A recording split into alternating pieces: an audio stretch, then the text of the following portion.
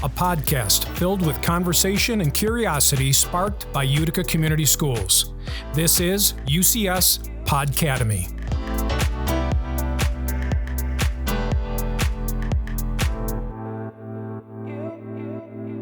Welcome to the UCS Podcademy. I am your host, Ava Romano. I am a senior at Eisenhower High School. Today's topic will be on the UCS Seal of Global Language. So guests, you guys want to introduce yourselves? Hi, my name is Cameron Seymour. I am a senior at Eisenhower High School, and I also attend the Utica Community School for Math, Science, and Technology. And I'm Miss Monica Klesko. I am your Spanish teacher at Eisenhower High School, and I'm also the UCS system-wide chairwoman for World Languages. All right, let's get started. What is the Seal of Global Language? So the Seal of Global Language it's a national honor, and it's an honor that every school district makes their own based on their own curriculum. So it's a national honor, but we have our own Utica Community Schools version of the Seal of Global Language, and that's based off of our curriculum and the things that we offer our students and the programs we know we have. And it is an honor conferred on our students that have completed 4 years or more, 4 or 5 years of a consecutive world language, for students who show their proficiency, not only in the world language that they study and know, but also their proficiency in English. So it is a 4-year, 5-year endeavor, but we have a lot of great success with it. And I know we'll be talking more about it over this podcast. So Cameron, I assume that you have taken at least 4 or 5 years of a language. When did you start learning a language, and why did you choose to start when you did? Yeah, so this is my 5th consecutive year taking Spanish. I started in 8th grade, which is like crazy to think about now. But I originally took it thinking, I knew I had to get the 2 years, and I took it in middle school because I knew it was a high school level class. And I knew I wanted to get it out of the way. But once I got into it, I started thinking about what it really means to learn another language. It opened me up to a whole new world, essentially. I am able to take in so much more media. And so I'm able to communicate with millions more people. That has definitely kept me going through the years. And it really gives me a fire to learn and continue my Spanish journey. And were there any beneficial extracurriculars or networking opportunities you've had from taking a language that long? Yeah, for sure. So I know at Eisenhower, we have the Spanish Honor Society and the Spanish Club, which I am the president of. And in both of those, we are able to celebrate and give back to the Spanish community. I know for the Spanish Club specifically, we like to plan events around big Spanish holidays or traditions. And then in the Spanish Honor Society, the students will get together. It's a little more serious, and we give back to the community that we are learning so much of. Yeah, I'm a part of the Spanish Honor Society, and we just give back so much, and it's just such a good and wonderful society to be a part of. And we've just done so much for the community through that society, and it looks really good on college applications as well. I think what's so unique about it is that you're specifically, we're giving back to the Spanish community. With Spanish Honor Society, it's specific to these people. I know we go to one of the local elementary schools, and we will help students who can't speak English as proficiently as most other students, and we will help them do their homework or even learn some English. Yeah, it's very impactful, and a lot of people that are a part of the Spanish or even in a world language, they should look into doing a honor society through it. Ms. Klesko, what do you have to take to receive the Seal of Global Language? Do you have to be fluent in that language to earn it? Well, I really like this question, because a lot of people believe that if you're going to invest 4 or 5 years in a language, clearly at some point you're going to have to prove that you're fluent and that you can speak with Mexican students that you're interacting with in these programs, or that you could take a trip to Costa Rica and absolutely speak natively with everyone. The difference between fluency and proficiency is a big difference. Being proficient in a language means you can read, write, listen, and speak with a certain level of aplomb, and that you can be understood and understand. So before we talk about this proficiency test that helps you get the seal of global language, I think it's understood or should be understood that when you start your program in the junior highs and you start taking your level 1, level 2 world language class, because if you're going to make it to the seal of global language, you most definitely have to start in junior high, at least with 1 year. You are working toward proficiency. And certainly the longer you take the language, partaking in the clubs and the extracurriculars that keep you invested, you're going to reach a level of proficiency. Many times, fluency comes when you start a language as a child, right? So what we're looking for is a level of proficiency. So to do well on the aptitude test that we call APPLE, the APPLE exam is a proficiency language exam designed by the people of ATFL, which is the American Council for Teachers of Foreign Languages. It's a national organization. They orchestrate this APPLE examination that we give every year in the spring. Now, the first time you're eligible to take this examination is when you are in your 8th semester of your world language. So that means the spring semester of your level 4 year in your world language. You take the APPLE exam, and it tests you in reading, writing, listening, and speaking, and you receive a score in each category. To get your Utica Community Schools seal of global language, you have to have an average of a 4.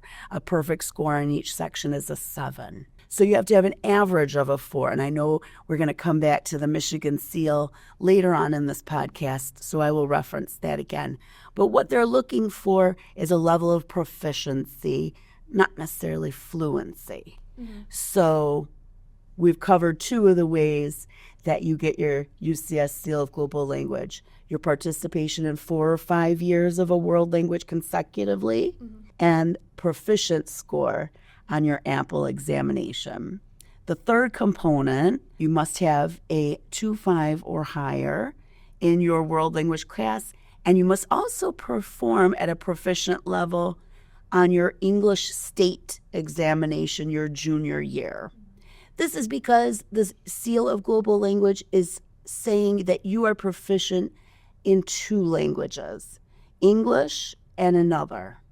So we always have to, for that seal of global language, we have to check the box that you're proficient in English as well as your second language. So I've received the seal of global language for taking Spanish. Is there any other languages you can receive it for? Oh, for sure. Every high school in UCS offers French, German, and Spanish. And in those classes, there's opportunities for the Honor Society and Spanish Club. At our IB school, we also have Japanese. But really, what the Seal of Global Language is honoring is knowing a world language as well as English. So if English isn't your first language, you could actually receive the Seal of Global Language for your home culture language plus English. So it really is an award, an honor that anybody can learn or earn, rather, if they are proficient in English and another world language. Interesting. So what exactly is the reward for achieving the Seal of Global Language? Is it just like a distinction at like graduation? Is it a cord? Or what is it? There's a couple things that I would say is the reward, and then I'm sure you're both going to speak to some of the rewards you felt as you're both going to be recipients this year. Outwardly, you are going to be the recipient of a cord at graduation. You'll get that at your high school honors night. You will also get a seal on your diploma that says you have received the UCS Seal of Global Language. You will get a mention in your graduation program as a recipient of the Seal of Global Language. And I think it goes even beyond that, right? Because the real reward for yourself is that you know you have gone the distance with your language study, that you're going to put it to use in your life. People leaving Utica Community Schools with the Seal of Global Language are looking at whichever university or college they are attending, looking at some sort of college credit for that, whether it's credits directly or credit for a class your university may want you to pay for that maybe you no longer have to take. The results of that APPLE test and how your transcripts read for your future school there are so many benefits that are unique to each of your secondary experiences, not to mention life, right? Yeah. You're going to go on trips and you're going to work in a global market that will be so much more closer and unified than any generation before you. So I think that the gifts and the rewards, as you say, are just going to keep going.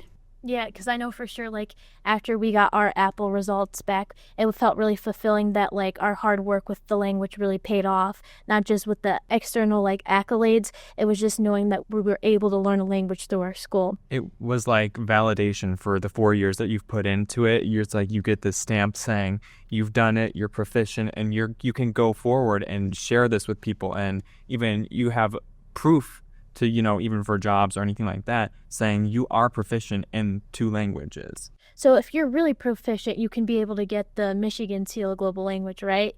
And, like, what exactly is that? Yes, so this is a second sort of distinction you can earn for yourself. And many of you and your classmates have done this all in the one same taking of the Apple examination.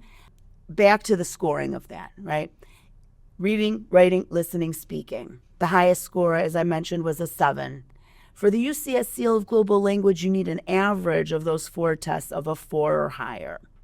To get the Michigan Seal of Biliteracy, you need to have a 5 on each section or better. They don't take an average, right? So you have to do just a little bit better, a little bit more consistent on each of the 4 areas of communication in the area of proficiency. So a 5 on each.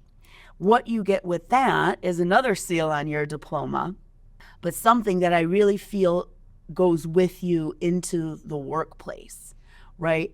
Because forever and onward, you can say that the state of Michigan has deemed you a biliterate person, right? So regardless of whether you get the major or minor in a world language at your university of choice, you're forever going to be able to put on resumes and applications for work that the state of Michigan has declared you a biliterate person.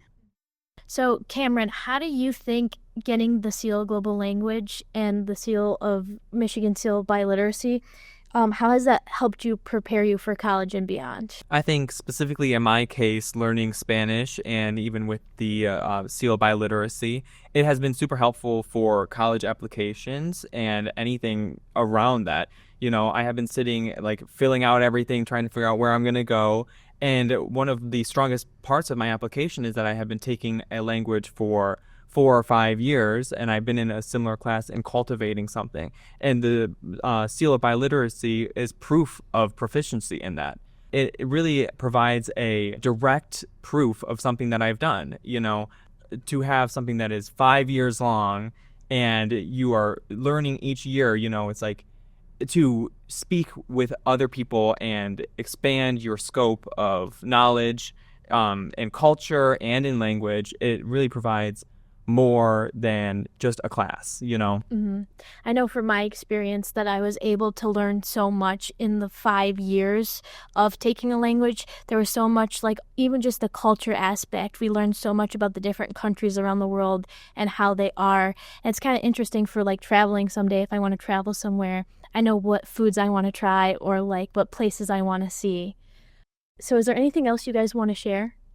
Like what you were saying with the traveling, I'm going to be going on vacation to Spain this summer, and I'm, like, excited to test out my abilities, something that I've been, through my high school experience, I am able to really see the benefits of it. Once I get there, it'll be interesting to see reading and writing and speaking with other people who are proficient in Spanish as well, or fluent. I guess I would just say in closing, I want to thank you both for participating with me in this and for hosting us today, because I love an opportunity to talk about this and to talk with you guys. I would welcome any further questions that any of our audience watching this would like to talk about Utica Community Schools and everything we offer in the way of world language education.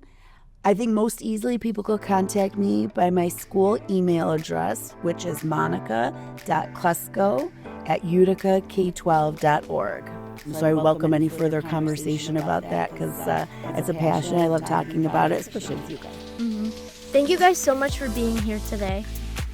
I'm your host, Ava Romano. Thank you so much for listening to the Podcademy. UCS Podcademy is a resource created by Utica Community Schools, Michigan's second largest school district located in Macomb County. Thank you for listening. UCS Podcademy is always available at uticak12.org/Podcademy. Through this website, you'll be able to listen to additional episodes and access any resources and show notes featured in this episode. If you have episode recommendations, we invite you to send them via email to ucs@uticak12.org.